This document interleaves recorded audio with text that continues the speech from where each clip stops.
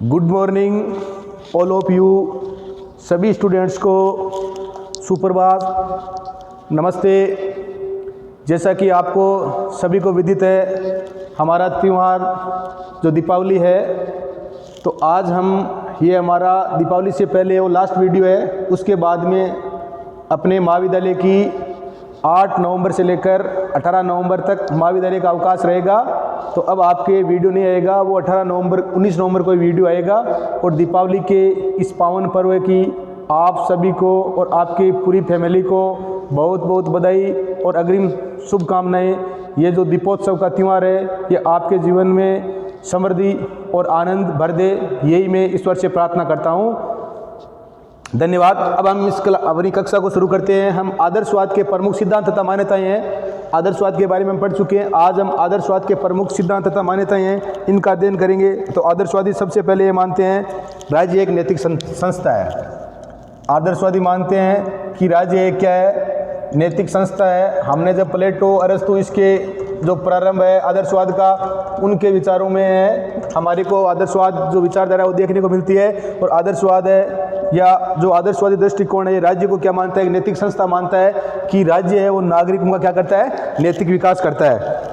आदर्शवादी सिद्धांत राज्य को एक नैतिक संस्था मानता है जो व्यक्तित्व के पूर्ण विकास के लिए, कि राज्य आवश्यक है। अगर व्यक्ति के व्यक्तित्व का पूर्ण विकास करना है तो वो कहाँ होगा, राज्य में होगा। अगर व्यक्ति का व्यक्तित्व निखारना है नैतिक रूप से, तो वो कहाँ होगा, राज्य में उसका पूर्ण विकास होगा।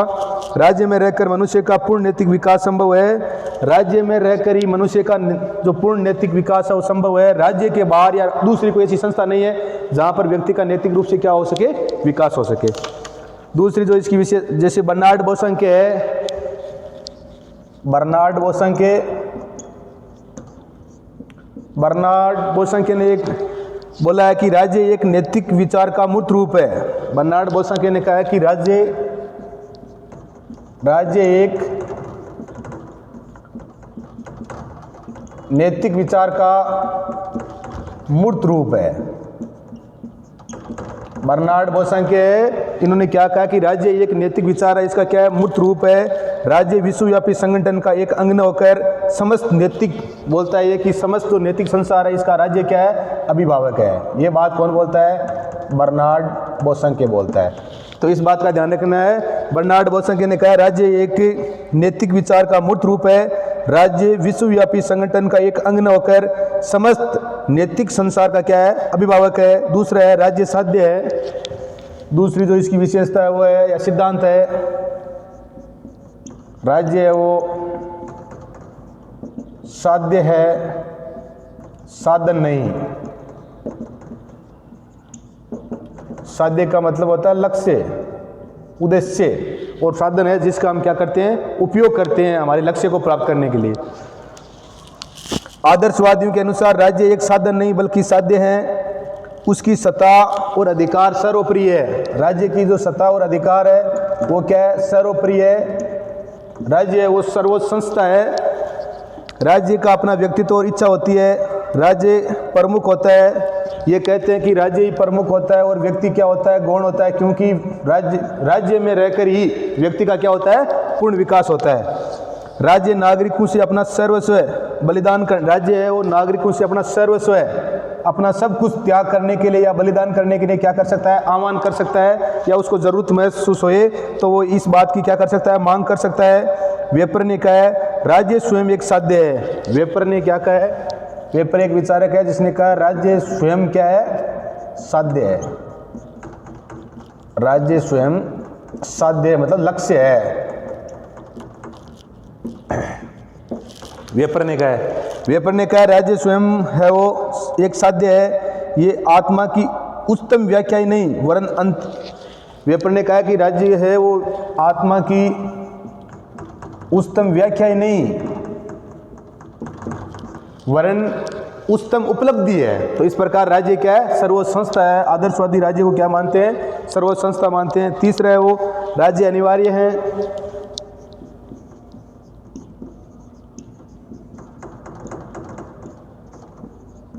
जब हमने उदारवादी दृष्टिकोण पढ़ा था या उदारवादी विचारधारा पढ़ा था, तब तो वो क्या मान रहे थे, राज्य को अनावश्यक बुराई मान रहे थे। कौन? उदारवादी दृष्टिकोण की राज्य क्या है, राज्य की कोई जरूरत ही नहीं है, क्योंकि राज्य क्या लगाता है, व्यक्तियों पर प्रतिबंध लगाता है। जबकि जो ये उदारवादी आदर्शवादी दृष्टिकोण है, ये क्या मानता है, राज्य अनिवार्य है, क्योंकि अगर राज्य नहीं होगा तो व्यक्ति का क्या नहीं होगा, विकास नहीं होगा। अगर व्यक्ति के संपूर्ण व्यक्तित्व को निखारना है तो वो राज्य नामक संस्था में क्या होगा, निखरेगा।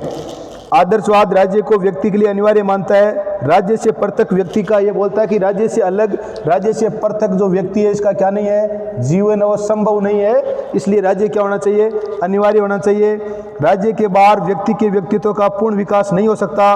और अरस्तु के अनुसार राज्य के बिना व्यक्तियों को, और अरस्तु ने कहा था, पाश्चात्य राजनीतिक जगत, प्लेटो का शिष्य अरस्तु ने कहा था कि राज्य के बाहर व्यक्ति का जो सदजीवन है उसका विकास नहीं हो सकता। किसने कहा था?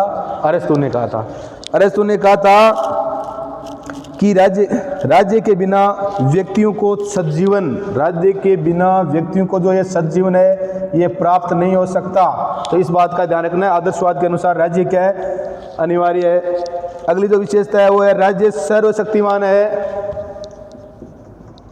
आदर्शवादियों के अनुसार या आदर्शवादी दृष्टिकोण के अनुसार राज्य है वो क्या है, सर्वशक्तिमान है।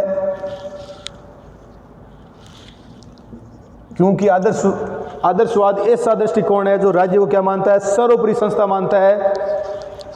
आदर्शवादी राज्य को असीम शक्ति धारण करने वाला मानव मानते हैं। आदर्शवादी मानते हैं कि राज्य है वो असीम शक्ति, असीम जिसकी कोई सीमा न हो, जिसको कोई रोकने वाला नहीं हो, असीम शक्ति धारण करने वाला क्या मानते हैं, मानव मानते हैं। आदर्शवादी ऐसा मानते हैं कि राज्य है वो मानव है जिसके पास में क्या है, असीम शक्ति है। हीगल राज्य को पृथ्वी पर कल हमने पढ़ा था, तो हीगल ने कहा था कि राज्य है वो पृथ्वी पर क्या है, ईश्वर का अवतरण है। हीगल जो आदर्शवादी विचारक है और वो कहता है कि राज्य पृथ्वी पर उस ईश्वर का या भगवान का अवतरण है या भगवान की रचना है। तो आदर्शवादी है, आदर्शवादी दृष्टिकोण में इसके विचारक है, इसको राज्य को क्या मानते हैं, भगवान का रूप मानते हैं। राज्य के विरुद्ध व्यक्तियों को कोई अधिकार नहीं है। और ये आदर्शवादी मानते हैं कि राज्य के विरुद्ध किसी व्यक्ति को कोई अधिकार नहीं है। जिस प्रकार से राज्य कहता है उस प्रकार से उसको क्या करना चाहिए, कार्य करने चाहिए। अगला है राज्य व व्यक्ति का आंगिक संबंध है। राज्य व व्यक्ति का आंगिक या ऑर्गेनिक संबंध। ऑर्गेनिक या सावयव कहने का मतलब है राज्य पूर्ण संपूर्ण शरीर है और व्यक्ति उसका क्या है, अंग है।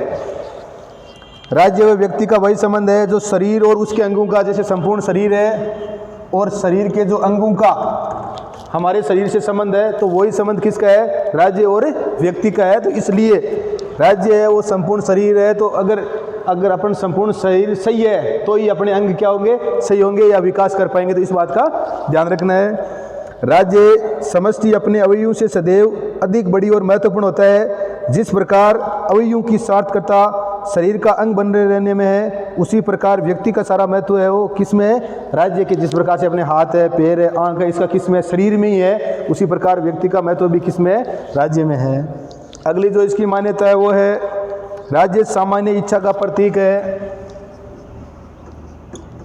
राज्य सामान्य इच्छा का प्रतीक है। हमने कल जब रूसो को आधुनिक जो आदर्शवाद है इसकी नींव किसने रखी थी, फ्रांसीसी विचारक रूसो ने रखी थी, तब हमने देखा था सामान्य इच्छा का सिद्धांत। तो जो राज्य है वो क्या है, सामान्य इच्छा मतलब जन सहमति है, उसका क्या है, प्रतीक है। राज्य की इच्छा है वो सामूहिक भलाई को, राज्य की जो इच्छा है वो अपने समस्त नागरिकों की सामूहिक भलाई को रखकर है वो राज्य कानून बनाता है कि राज्य जो भी कोई कार्य करेगा उससे संपूर्ण जो जनता है उसकी भलाई को ध्यान में रखते हुए कार्य करेगा। राज्य के द्वारा व्यक्ति की सामान्य इच्छा का और राज्य के द्वारा व्यक्ति की जो सामान्य इच्छा है इसका प्रतिनिधित्व किया जाता है। व्यक्ति की सामान्य इच्छा का ध्यान रखा जाता है, ये नहीं किसी विशेष किस जन सहमति है या जनता है, सारी जनता का या राज्य में रहने वाले सभी नागरिकों का क्या होना चाहिए, भला होना चाहिए। राज्य के द्वारा ही व्यक्ति की वास्तविक इच्छा और उसकी अंतर्चेतना की, राज्य के द्वारा ही व्यक्ति की जो वास्तविक इच्छा और व्यक्ति की जो अंतर्चेतना है उसकी क्या होती है, अभिव्यक्ति होती है। कि राज्य अपने क्या, व्यक्ति राज्य में रहते हुए अपनी जो अंतर्चेतना वो क्या कर सके, वो अभिव्यक्त कर सके, अपने विचारों को प्रकट कर सके। अगली जो विशेषता है, राज्य स्वतंत्रता का मूर्त रूप है। राज्य स्वतंत्रता का मूर्त रूप है। अगर राज्य नहीं होगा तो इसमें रहने वाला जो कमज़ोर वर्ग है, जो दुर्बल वर्ग है, जो वंचित वर्ग है, वो क्या नहीं रह सकता, स्वतंत्र नहीं रह सकता। तो राज्य स्वतंत्रता का मूर्त रूप है।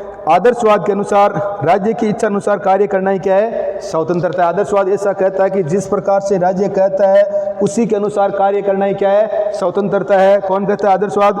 स्वतंत्रता का अर्थ अपनी इच्छा के प्रतिकूल राजकीय आदेशों को करते हुए समझते हुए उसका पालन करना। और आदर्शवादी विचारधारा क्या कहते हैं? अपनी इच्छा के प्रतिकूल राजकीय आदेश या राज्य के जो आदेश है उनके अनुकूल उनके समानुकूल जो हम कार्य करते हैं वही हमारा क्या कर्तव्य है। इसलिए अपनी इस स्वतंत्रता है उसका क्या करना है, उसको अपनी स्वतंत्रता का ध्यान नहीं रखना है। राज्य के जो कानून है उनका क्या करना है, पालन करना है, क्योंकि इसी में क्या है, भलाई है, ये अपना कर्तव्य है। ऐसी बात कौन बोलते हैं? आदर्शवादी बोलते हैं।